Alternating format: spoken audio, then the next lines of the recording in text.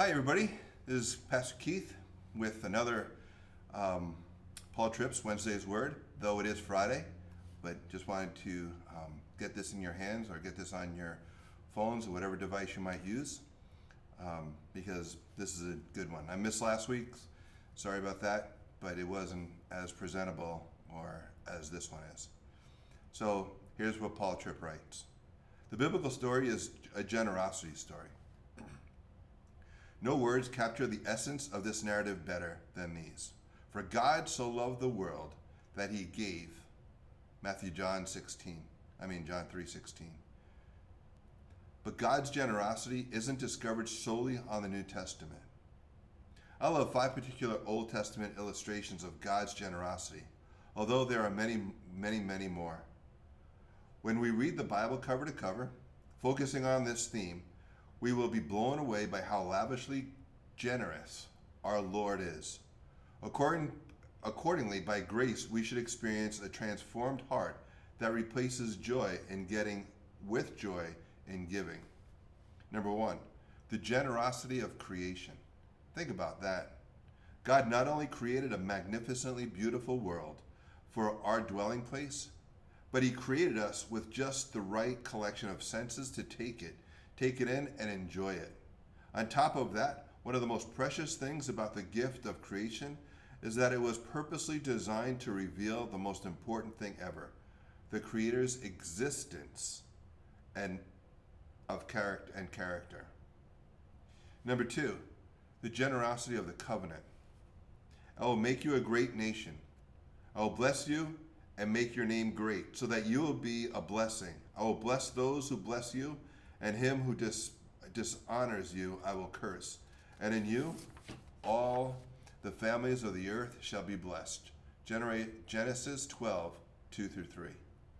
Lest we forget, Abraham did nothing to deserve this. God's covenant blessing and promise are his generosity on display. He makes and keeps covenants not because of what he sees in the receipt, but because of the generosity that is inside of him. Number 3, the generosity of freedom from slavery.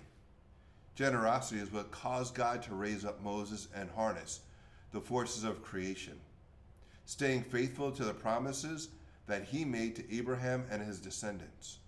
The Lord unleashed his almighty power in a display like the world had never seen before and rescued his children from captivity, defeating the feared army of Pharaoh on the way.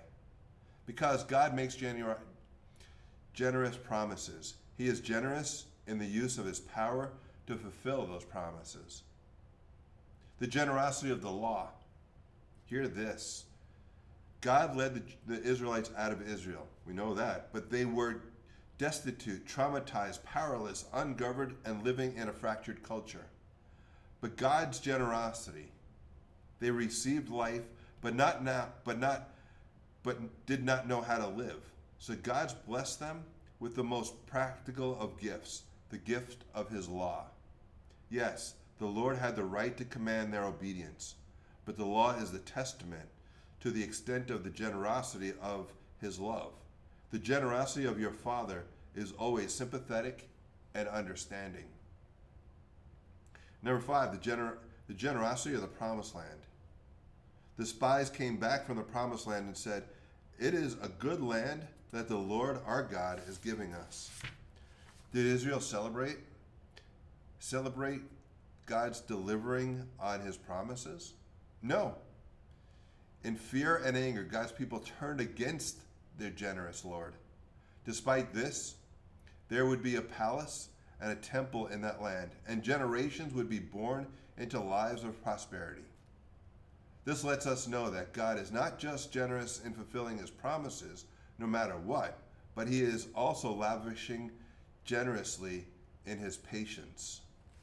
The Father requires generosity from his children because he is the definition of generosity. He is patient, kind, and faithful. He doesn't just react to the moment. His generosity has an eye on the future. His generosity is not just a present gift, but also an investment in a legacy. God invites us to participate in that legacy today. We are called to be abundantly generous with our time, money, and creativity and our patience, bringing practical help to those in need. Don't you want to be part of this narrative? May you be blessed. May God bless you. Until next time, talk to you soon.